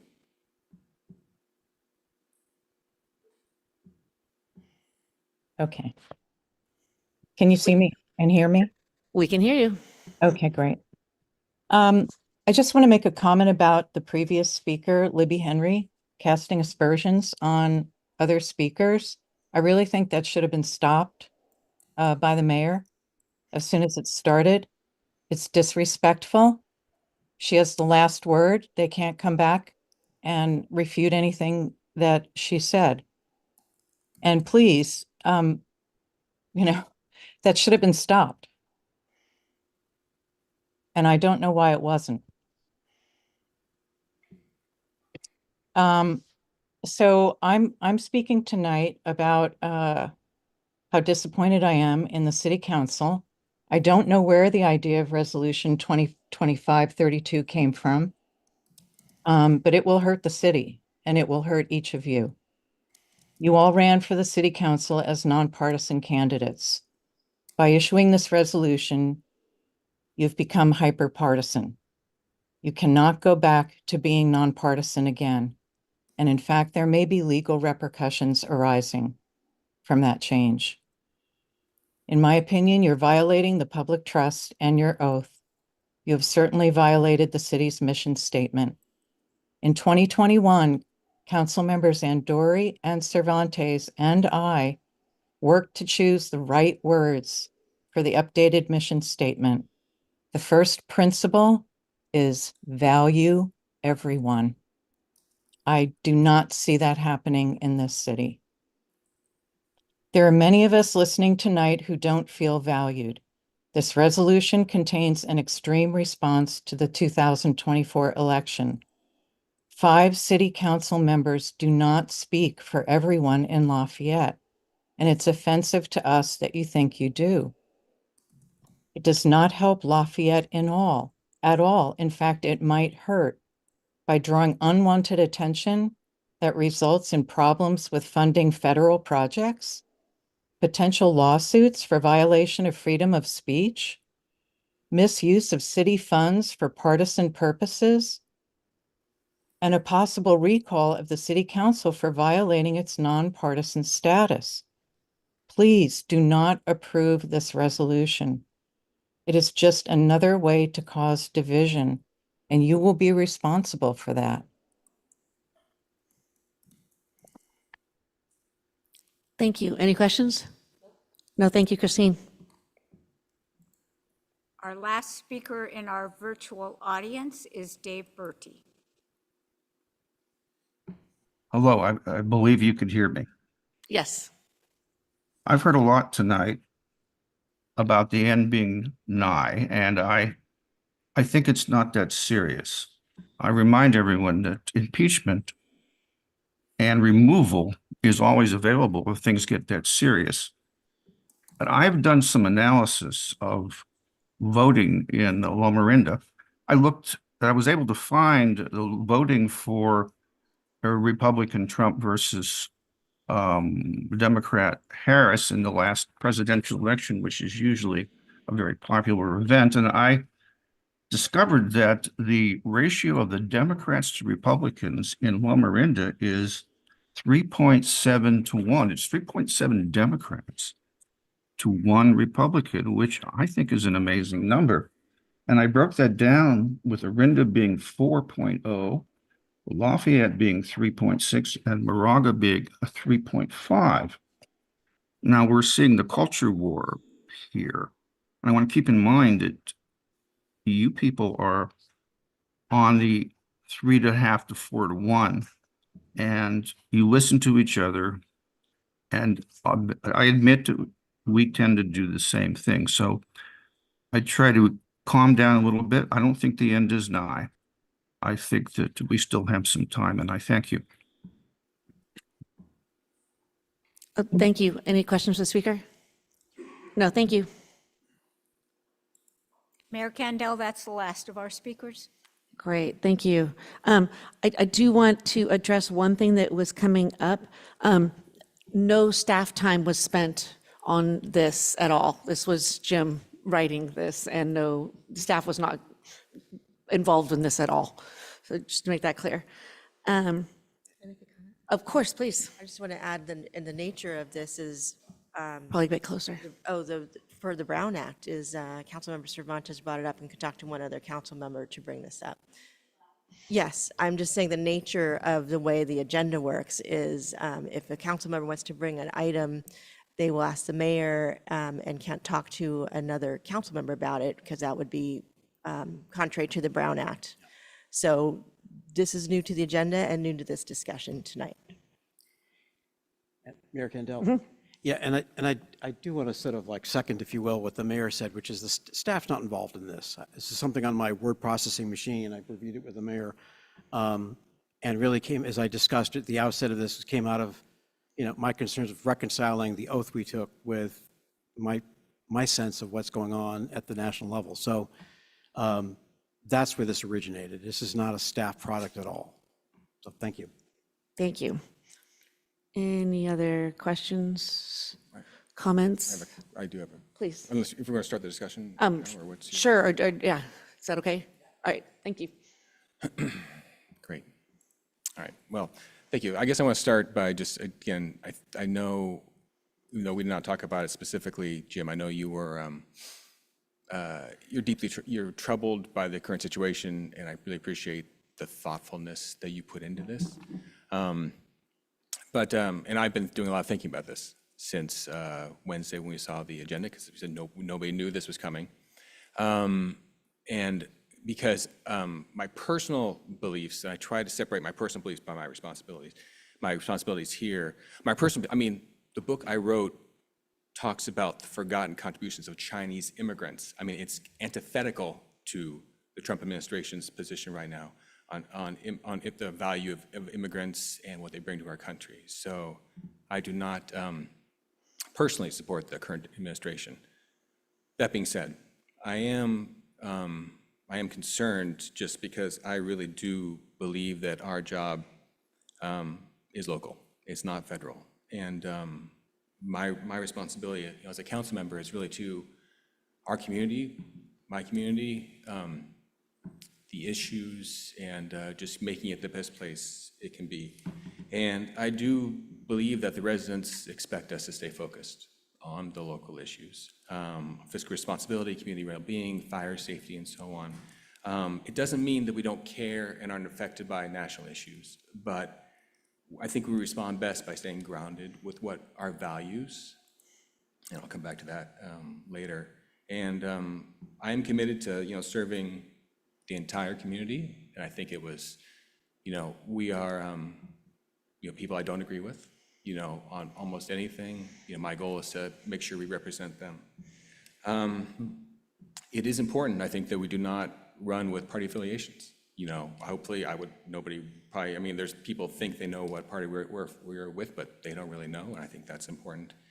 And I do worry that this well-intentioned resolution as it's currently crafted, I believe you did it with the best of intentions, but is it worth the it's currently crafted?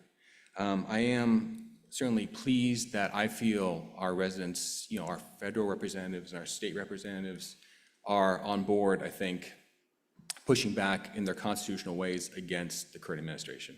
Our senators from, California, our DeSaulnier at the federal level, he is doing amazing work in doing that properly. So he is kind of that proper check and balance. And I feel like our residents do have that that channel to kind of express their direct opposition to some of the actions happening at the Trump administration. So I do believe our best view is to model civility, I think, cooperation, and grounded leadership. And our values of, respect for all, civic responsibility is what I think makes us special. And that's what I value. And so I appreciate the effort. I think as written, especially talking about the things that have been done that I do not agree with, I can see some points where people think, well, that's just kind of the prerogative of the presidency. I get that. And so I do worry about that in addition to expressing our values, it is a little pointed in some of the areas that I think divide us more than it should. But I want to thank you for what you've done, though. I appreciate it. I appreciate that. All right, Vice Mayor? All right, well, following in Councilmember Cervantes and Mayor Candel's disclosure on the Brown Act, I will disclose that Councilmember McCormick and I have had discussions on this, and I have been in close proximity with Mr. Cervantes, and we have not discussed it, and the same with you, Mayor Candel. So if we have scrupulously followed the Brown Act. Yeah. I support what Councilmember McCormick is saying. I just want to embroider on a few points that he made. With respect to, it's absolutely clear. I mean, we hold nonpartisan positions on the council, and we should not be representing parties. We should not be grouped as parties when we carry out our activities on the council. When I served on the council from 2002 to 2012, I really did not know the party affiliation of any one of our other council members. And it didn't matter. I mean, we just carried out the business of the city. Now, I do know the party affiliation of every member on the council now because it's on the voter registration, but still, it makes no difference to how we carry out our activities. It's no different now than it was between 2002 and 2012. It does not impact what we do representing the citizens of Lafayette, and I want everyone to understand that. If you think that we're doing things because we're members of a political party, that's just not accurate. And well, I don't know what to say. I think we're carrying on our activities in a way that show that we are representing all members of the community in Lafayette. We are not signaling anyone out for different treatment. We are not pursuing grievances because of any party. We are not doing things that have anything to do with anybody else's political affiliation, including ours. So to me, that's not an issue. It's not happening. Now, Councilmember Cervantes asked the question, if the council is comfortable with taking action on a national issue. And we haven't directly engaged on that topic. And, my preference would be, not to, because we have so much to do at the local level. But I can see that there are times when things that are happening on a national level impact our residents. And at that point, I think we need to speak up and take action. And it's a very difficult question, I think, when things that are occurring at a national level rise to the level that the city council should engage and take action. At this point, I agree with Councilmember McCormick's observation that we are well represented at the federal level. The California representatives are congressional representative in terms of making our views known. Within Lafayette, we have opportunities for making our views known, including Tuesday afternoons from 5 to 6. So I'm not sure at this point that I would want to go down the road of being involved with a resolution. I can see that that we may reach that point, because I do hold the view that denial of due process rights to anyone is a denial, potential denial of any of our rights.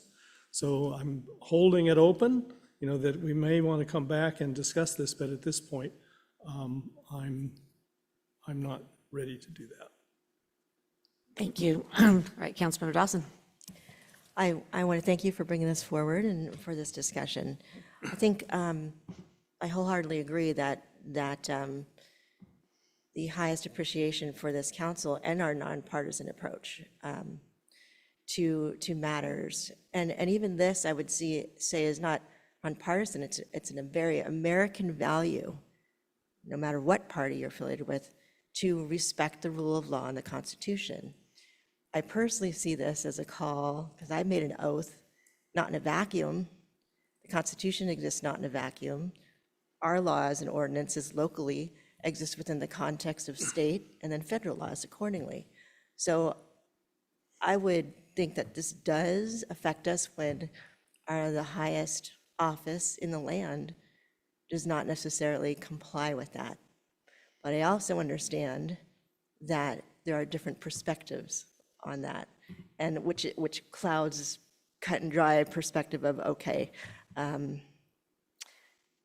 pushing this forward or not, because it makes it then, depending on your perspective, it makes it more controversial. But what's not controversial to me is upholding and expecting to have those who take that oath uphold that oath. So I do appreciate this discussion to be able to just even say that. As far as actions that the administration is taking now affecting world politics, it does. To your point, if it's affecting anyone, it is affecting us. And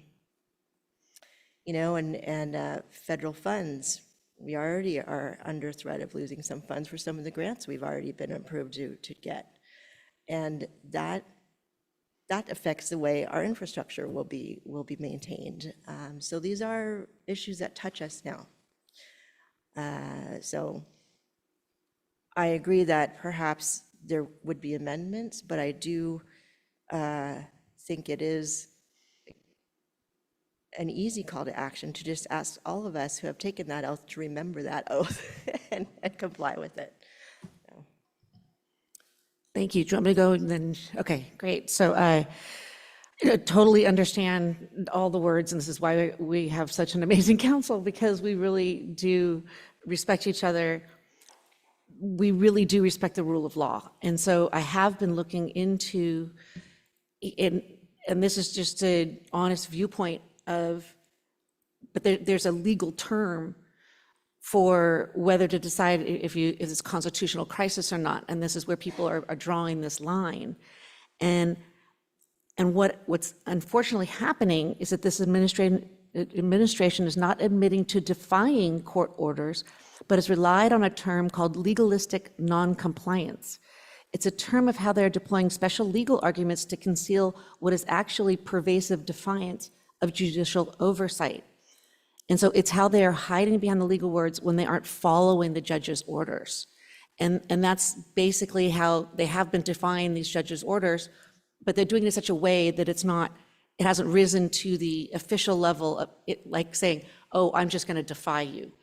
And so I unfortunately, happen to fall into the group that thinks that this is a constitutional crisis that we are feeling right now. And I was hoping that people could understand that this resolution is not about the president's policies. Like in the recently passed budget bill, there are many policies in there that are implemented by choosing to fund certain items or not. And these are policy decisions that are completely within Congress's and the president's authority. But one would hope that people would be able to understand how some of the things that he's doing are intentionally and by design violating our US Constitution. And that's where I was hoping that we could somehow come to some sort of agreement, that is a line that we feel would harm all of us and all of our residents. And apparently we are not going to be here. I don't know if we'll ever get there. This is true. We may never, ever get there. But I think we should bring this back if we do end up in a real constitutional crisis. And I hope that we would entertain that if we, in fact, find ourselves there. A lot of folks are saying that we really should be acting now as leaders in our communities. So I think that, we have discussion, and if you wanted to lead on, somehow discussing, I think we're probably failing on item number 1. But if Jim wants to take it. Thank you. And so let me, as I said at the preface of this thing, this whole discussion, I've been sort of like in my mind thinking about this for quite some time, because that oath of office you took back in December has very serious and powerful words.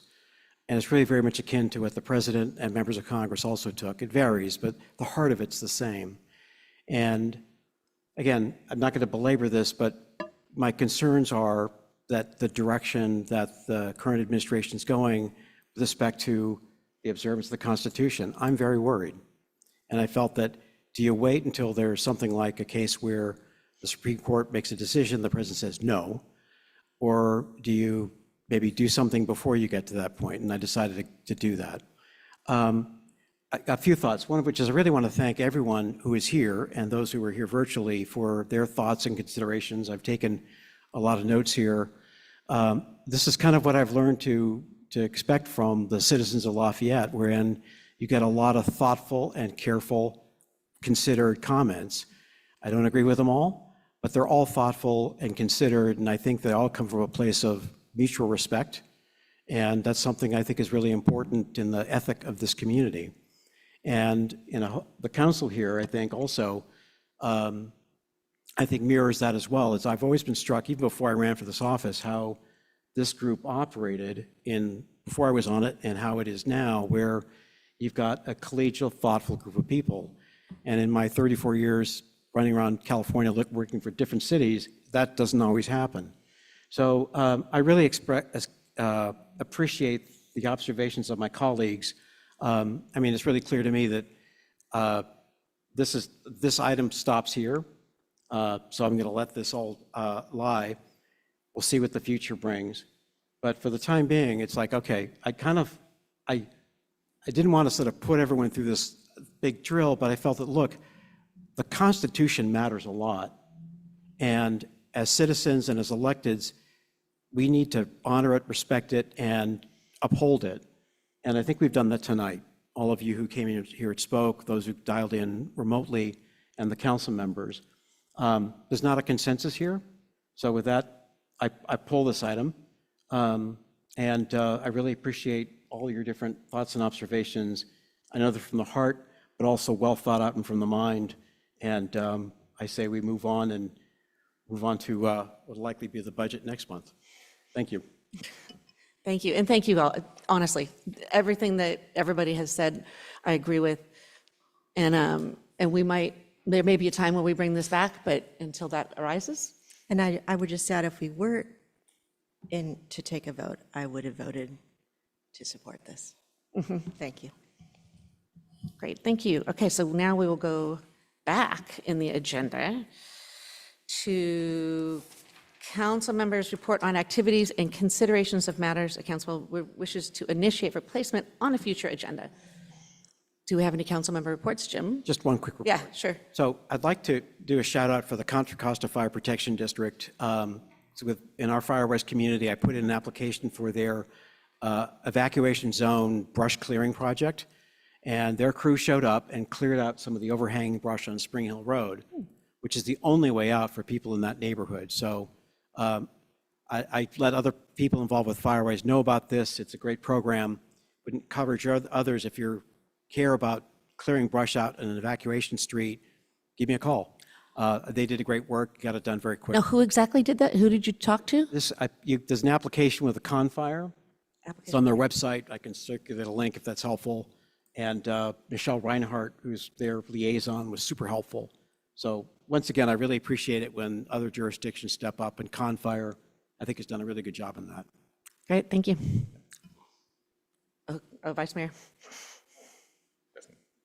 A couple things. So, I think I want to just call attention to an incident that happened last week where we had 5 young people get in a car accident, a very significant car accident on St. Mary's Road. This is on the night of the St. Mary's graduation.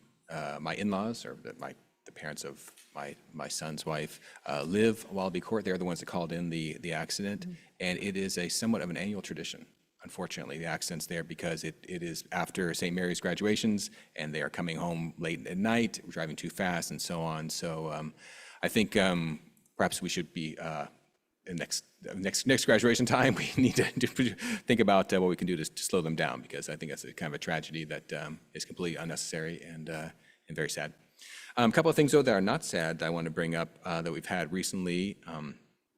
I know the mayor and I were at Taste Lafayette, which we talk about, which again is a chamber event. 500 plus people gather in the middle of town and visit 30 different restaurants in town, and it was just a phenomenal event and showcased diversity of the different dining options and stuff in Lafayette, which is really tremendous. I also want to say that I have started, following Councilmember Cervantes' lead, Central Sand Academy, which is the academy put on by Central Sand to learn about how wastewater treatment is done. And I believe I'm the 8th class that has gone through. I think Councilmember Cervantes was the 1st or 2nd, and they still talk about you, Jim. I don't know what you did in that thing, but you are still talked about. So I'm just trying to keep up with your lead. I'm not sure that's a good thing, honestly. I don't know if it is either. And I do want to thank. I think I'll let the mayor talk about the Memorial Day thing we had last night, because it was very moving, and it was great to have a few of us there. Thank you. Yes. A couple of things that happened since the last council meeting. On the 15th, we had the Bike to Anywhere Day, and the stand set up at the plaza. We had a number of cyclists come by to get drinks and snacks on their way to work or wherever they were going. Also on the 15th, the police department and the Crime Prevention Committee put on an excellent public safety forum. The PowerPoint presentation was just excellent. Unfortunately, there weren't as many people there as we would have wished. I would encourage the police department, together with the Crime Prevention Commission, to seek out other venues, because it's just great information for people to have. So really encourage that. On Friday the 16th, I participated in the Woodbury Highlands below market rate lottery for 3 housing units, and that worked out very well. On Sunday the 18th, the Happy Valley Improvement Association held a public forum at the Happy Valley Elementary School and had a very good turnout, and there were a large number of people from different government agencies and commissions, including the police department, the chief, and Andy Comley were there. Stephanie was there from the Emergency Preparedness Commission. So it was a really good event. So thanks to Jeff Kowalski, Tracy Brogg for putting that together. And then my only comment, the Taste of Lafayette was great. Once again, thanks to the chamber, thanks to the 30 participating restaurants. But one of the things I came away with, what other town in Lafayette has the mayor pouring drinks in the plaza? I mean, what a town. Thank you. Oh, I'll go next here. Thank you guys, great reports. First, in anticipation of the upcoming Pride Month, the first years we've had the Pride flag raised during Community Day, but this year Community Day was early. And so instead we'll do this flag raise and a small ceremony right before our next council meeting on June 9th. And another fun thing that happened last Friday was KTVU's Zip Tours, and that was a end of a 2-year effort to get onto their Zip Tour. They go to a different city and they highlight the city. They've been here actually for a couple of weeks doing drone shots and all sorts of staging to get ready for the Zip Tours. But a televised thing. So go to KTVU/Zip Tours and pick Lafayette. And they did a wonderful presentation on it. Zip trips, just. Zip Trips. Oh, Zip Trips. Yes, thank you. Zip Trips. And it was, we had all sorts of people presenting. So Sarah Regan was there. She presented from the chamber. We had, who else? Janet Thomas did the crosses. They did a special on Millie's Kitchen. A little bit about the taste, not too much about the taste of Lafayette. What else? Reservoir, the big one, the We did the Reservoir. Park Theater also. And the Park Theater. It's a wonderful overview. And we got to be the first one this year. And so that was it was more special. So good job, Lafayette. Just one thing Please. on that. Their center for doing that was the public house. And if you're watching the public house through the entire program, you may identify someone in the back. Maybe, could possibly be our city manager, yeah. She was the She was anchor. obviously carrying out city business. No drinks were involved. No, thank you. It was really fun. I guess that is it. I watched that Zip Trip live, and I thought, if I didn't live here already, I'd move here. So, for that reason, and for obviously the wonderful things that happen here in council and the community. So I have a statement that I'm going to read just to get through it. So due to family medical matters that I want to give my full presence and individual attention to, I will be stepping down from City Council effective June 1st. This decision was at once an easy one to make because family will always come first for me, but also a hard decision. It has been a great privilege and experience to have served the residents of Lafayette since first elected in 2020. I'm very grateful and honored to have worked with this council, our dedicated city staff, the many passionate and considerate volunteers for the city, our wonderful business and school communities, and other organizations and individuals who work to make and continually improve upon the quality of life and community that Lafayette enjoys.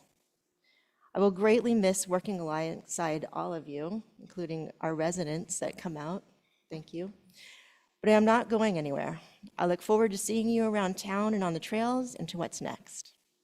I have the utmost confidence that this incredibly capable and accomplished council and city staff will continue their outstanding work for the benefit of us all. So thank you, Lafayette. I don't want to clap, I want to cry, but I totally appreciate all of the service you've done for our city. You've been an outstanding council member on so many levels, providing us, service and expertise in areas where we struggled, and you excelled, and you did a great job as mayor, and our community really loves you. So I will miss you deeply. I'll be around. I know, good. Thanks. Thank you. Thank you. Sure. Susan. Yeah, please. Well, I just pile on. I agree with everything you said. I certainly understand your decision, but it's just been a real privilege to be able to work with you the last 4.5 years. You really have exemplified a nonpartisan approach, a problem-solving approach to being a city council member. And we're going to miss you. So just thank you for all you've contributed. Yeah, no, I can echo that. I mean, you were my first mayor, right? I guess, so I will always remember that, and, helping me as a rookie council member last year. And I agree, just exemplifying the kind of the joy that this job can be, which it is, which is just tremendous, and encouraging me to on you should try the infrastructure stuff. That's really the fun part. And now I'm really digging Recycle Smart and Central Sand and all that. But thank you so much. I will miss you personally, and the council will miss you. But as you say, you're not going anywhere. That's right. So we will definitely stay in touch. But I applaud your decision. It's the right decision, but it doesn't mean we can't still miss you. Thank you. Thank you very much. And if I could chime in, I've only been on the council just a few months, but I really appreciate your steadying influence, sort of the voice of reasonableness. I agree with Carl, the putting the city's interest first in a straightforward way. It's been super helpful just to emulate as I try to figure out this job.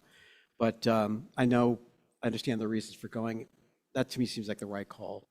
And, we're there to back you and support you in all different ways we can. Thank you. Just as regular people and human beings. So thank you so much for being a part of this council. Thank you. It's been an honor. Yes. It really has. So I will miss you all. I literally will miss being up here in all these meetings. Call me crazy, but I do miss you. Sorry. No.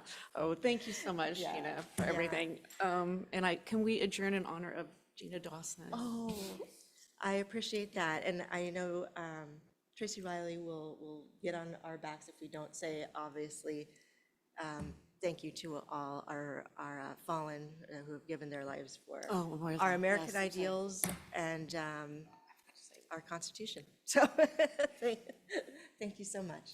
Thank you. Okay, so I guess we will adjourn in honor of now former council member, former mayor Gina Dawson. Yes.